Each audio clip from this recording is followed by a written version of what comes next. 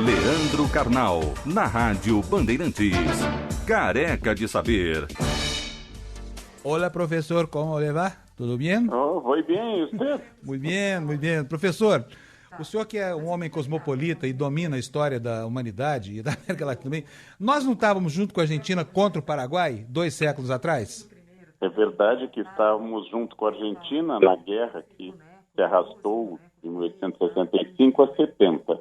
Porém, não vamos esquecer que em 1850 e 51 nós estávamos bombardeando Buenos Aires e derrubando Rota.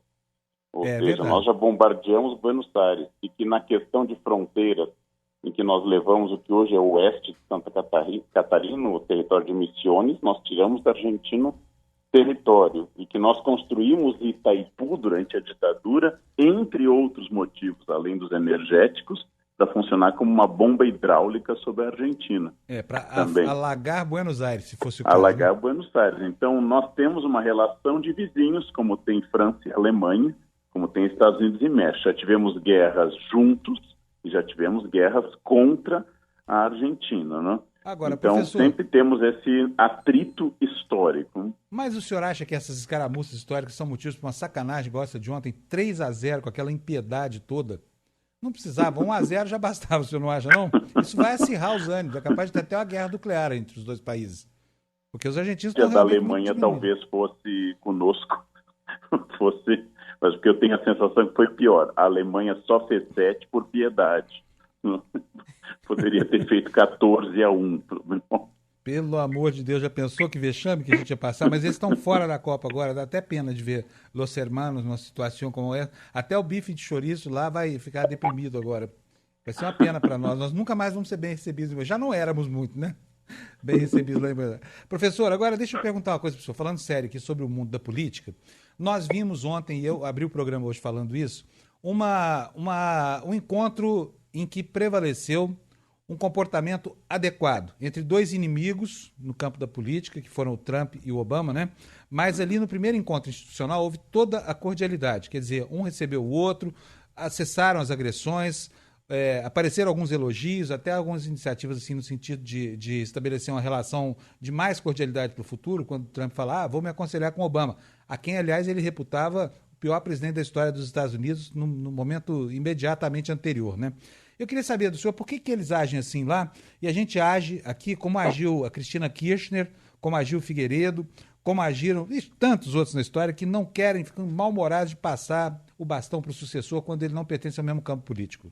Essa é uma questão muito importante. Em países onde as instituições são sólidas, as pessoas entendem que eu tenho adversários políticos, mas não inimigos. E que, perdido o jogo da eleição, você tem que respeitar as regras. Então, isto é uma vitória nos Estados Unidos, isso é bom, os americanos têm instituições sólidas. Nós, no Brasil, temos exemplos de toda a espécie, tanto positivos como negativos. As pessoas esquecem, em 1894, quando Prudente de Moraes foi substituir Floriano Peixoto no Rio de Janeiro, ninguém foi buscá-lo na estação de trem no Rio, e quando ele chegou ao palácio, o palácio estava abandonado, com as gavetas abertas, janelas vazias, e ninguém para recebê-lo. Ele tomou posse num palácio abandonado por Floriano Peixoto. Não teve ninguém fazer a transição. Porém, nós temos exemplos positivos. Também adversários políticos, Collor e Sarney, Collor falou de Sarney horrores na campanha, passou a faixa regularmente para Collor, primeiro presidente eleito pelo voto popular direto desde 1960-61, que foi a eleição e a posse de Jânio, quando dois inimigos políticos, Lula e Fernando Henrique, o Lula sucedeu o Fernando Henrique, ele também passou a posse, não houve esse tipo de bravata, né? Então nós temos exemplos positivos, mas os americanos têm instituições sólidas. Eles têm instituições tradicionais. E o pior de tudo foi, talvez, o atual presidente eleito Trump ter dito que não reconheceria a vitória da Hillary. Isto foi a coisa mais pesada, mas a sua vitória foi imediatamente reconhecida pela Hillary, ele elogiou a Hillary e agora o encontro deles na comissão de transição e, como diz o presidente Obama, a vitória de Trump e o seu êxito é o êxito dos Estados Unidos. Isso é um país onde o Estado está acima das passionalidades. Agora, nós temos exemplos como o da Cristina Kirchner e no Brasil também vários, de passionalidade, de políticos que se consideram inimigos e se veem como pessoalmente derrotados na eleição. Professor, nesse sentido, seguindo essa linha de pensamento,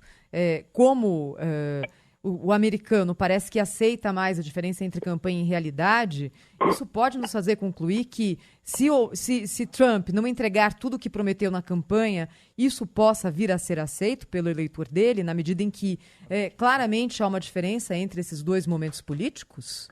Aí eu diria que nós temos em comum com os Estados Unidos a questão da promessa política. Vamos pegar um exemplo recente. Em 69, Nixon foi eleito pelos republicanos para suceder Lyndon Johnson. Sua principal campanha foi em cima da ideia de sair do Vietnã. 4 anos depois, ele se candidata de novo contra McGovern, não tendo retirado do Vietnã e, pelo contrário, tendo aumentado a guerra, e foi reeleito em 49 dos 50 estados, tendo uma promessa de campanha quebrada. O presidente Wilson se candidatou em 1912 com a promessa de manter os americanos fora da guerra e foi reeleito em 16, com a promessa de manter fora da Primeira Guerra. Em 16 ele fez essa promessa, em 17 ele declarou guerra à Alemanha. Quer dizer, não cumprir promessas de campanha, isso nos aproxima dos Estados Unidos. E cabe ao eleitor interpretar se a mudança foi tática, se ela foi maquiavélica, se ela foi adequada, se foram novas circunstâncias. Na democracia, o eleitor fala, não é um instituto de pesquisa, mas é o eleitor. Professor, tem um ouvinte aqui escrevendo para a gente uma coisa que eu achei muito engraçada, vou dizer para o senhor. Ele está dizendo que o senhor é o verdadeiro Milton Neves brasileiro. Porque o senhor parece uma enciclopédia. Mas ele fala aqui, o senhor realmente sabe. Não sei o que ele está querendo dizer do Milton Neves. Eu sou um professor de história, isso é matéria que eu venho dando há 34 anos. Seria como eu ir ao médico, o médico me dizer que este osso se chama tal. Eu disse, nossa, que médico culto. Olha, em homenagem Agora nós temos tanta gente que se diz saber e não sabe. Os professores de história estudam isso. Nós vivemos em torno disso. E eu, particularmente, tenho 2 livros sobre os Estados Unidos e dei aula a vida inteira sobre os Estados Unidos e sobre a América em geral. E é uma questão importante, não para dizer que tudo já aconteceu ou é diferente, mas para tirar um pouco essa novidade do mundo. Por exemplo, muito mais bonachão, cheio de bravatas ou meio cowboy, o homem da fronteira, foi Theodore Roosevelt, que governou de 1901 a 1909, do que o Trump. O Trump é um indivíduo que faz esse papel de macho alfa, eu faço, aconteça, eu não tenho papas na língua, e tem essa curiosa cor laranja. Não, ele é uma personagem, e a personagem venceu, convenceu. Né? A Hillary só dizia o que os outros queriam, e isto não convenceu o eleitor médio americano. Então essa é uma questão importante. A democracia, quem disse, os americanos em 2020 terão a chance de dizer se Trump cumpriu, se é um homem que vai passar a história como um bom presidente, ou foi mais um milionário, que nos Estados Unidos muitos presidentes foram milionários, e os presidentes pobres foram uma exceção na história dos Estados Unidos. Agora, professor, é impressionante como eles distinguem lá as instituições das pessoas, né? É uma tradição que a gente não desenvolveu, os nossos valores não permitem isso, porque acho até que em função do patrimonialismo, né? Os políticos brasileiros, desde a Carta de Pero Vaz de Caminha, confundem a si mesmos com o Estado, né? Eu lembro quando o Lula falava de si mesmo, falando do Brasil. Ele era o Brasil, ele não era o Lula, não era o presidente, não era um homem que presidia, né? A Carta Testamento de Vargas, dada a conhecer no dia do seu suicídio, em agosto de 54, ela é bem clara, né? O que se joga contra o Brasil, jogam contra mim. Eu sou o Brasil. Isto também, Dom Pedro I diz que juraria a Constituição se ela fosse digna dele e do Brasil. Então, essa é uma característica desse patrimonialismo que você citou, mas também é uma passionalidade latina. Uma diferença importante que eu já notei em muitos congressos no exterior. Um americano chega e me diz que eu estou completamente errado e discute comigo e fala se ele não concorda e depois me convida para um café como se nada houvera. No Brasil, a crítica é sempre tomada como pessoal, e se você critica alguém na imprensa, nunca mais vai ter contato com aquela pessoa e assim por diante. eles têm uma característica que é positiva, que é afastar um pouco a pessoa da coisa, a instituição da crítica, o político do país. Isso é bom, isso é bom. Precisamos aprender. Agora, para encerrar a participação do senhor aqui hoje, sexta-feira, né? Nós vamos ficar 2 dias sem falar com o senhor, vamos sentir muita saudade.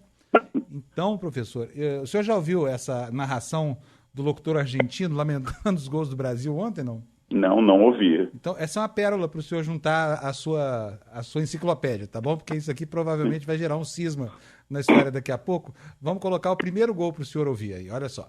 Que pedaço de gol acaba de hacer este muñeco. Que pedaço de gol acaba de hacer este muñeco. Que pedaço de gol Que pedaço de gol acaba de fazer esse boneco, é o Neymar. Que pedaço de gol acaba de hacer Coutinho. Coutinho, Al aliás. mejor estilo brasileño. Aí esse foi o primeiro. Agora, deixa eu ver, né? Que pedaço ele tava Mas falando aí a assim, coisa ó, foi piorando. o veneno escorrendo assim pela boca, sabe? Você sente a mágoa, o ódio. O senhor não sentiu isso aí, professor? Eu acho que o futebol é o lugar onde o fígado julga mais que o cérebro. E eu nunca entendi muito como, por exemplo, nem como brasileiro, nem como esse lindo país, nosso vizinho que eu adoro, que é a Argentina, eu posso imaginar que aquelas 11 pessoas que eu nunca encontrei, que ganham mais do que eu, que se eu morrer não represento nada para elas, possam estar me representando ao jogar a bola. Eu nunca entendi essa passionalidade. Agora, as pessoas se matam por causa disso e fazem isso como se de fato a vida dele mudasse se o Brasil vencesse ou a Argentina vencesse. O senhor falou no fígado, o locutor se refere a uma outra parte da nossa anatomia, e ainda que indiretamente, no terceiro gol. Vamos colocar para o senhor ouvir, vamos ver. Com legenda. Argentina defiende mal, Argentina defende mal, ataca mal, y le va muy mal. vai muito No mal. digo que bardeo ni a Messi ni a Agüero, pero realmente a la selección le aportan muchísimo menos que a sus clubes. Yo no sé dónde está la Não tô falla. entendendo nada. Ay, Agora. Agora, ay, gol. Ó, foi gol. Fala, colega. Em vez de Abre, gritar colega. gol, ele fala ai. Ai. Ó, ai, tá doendo muito isso, senhor. Sabe por que tá doendo? Ele vai explicar agora. Explica? ay, como cuando vas al proctólogo, ¿no? 3-0 gana Brasil. Fui ao proctologista. Ele Que no termine esto. Bom, como nós estamos no Novembro Azul, eu acho que foi propaganda para o nosso Novembro Azul. Sinto muito, professor, não foi não. Enfim, ainda bem que eles é que estão falando e não nós. Não seria uma ofensa indizível, né, professor? Mesmo em portunhol, seria uma ofensa indizível. Ó, um abração para o senhor. Bom fim de grande semana. abraço, um bom final de semana para todos. Obrigado, viu, professor? Tchau, tchau.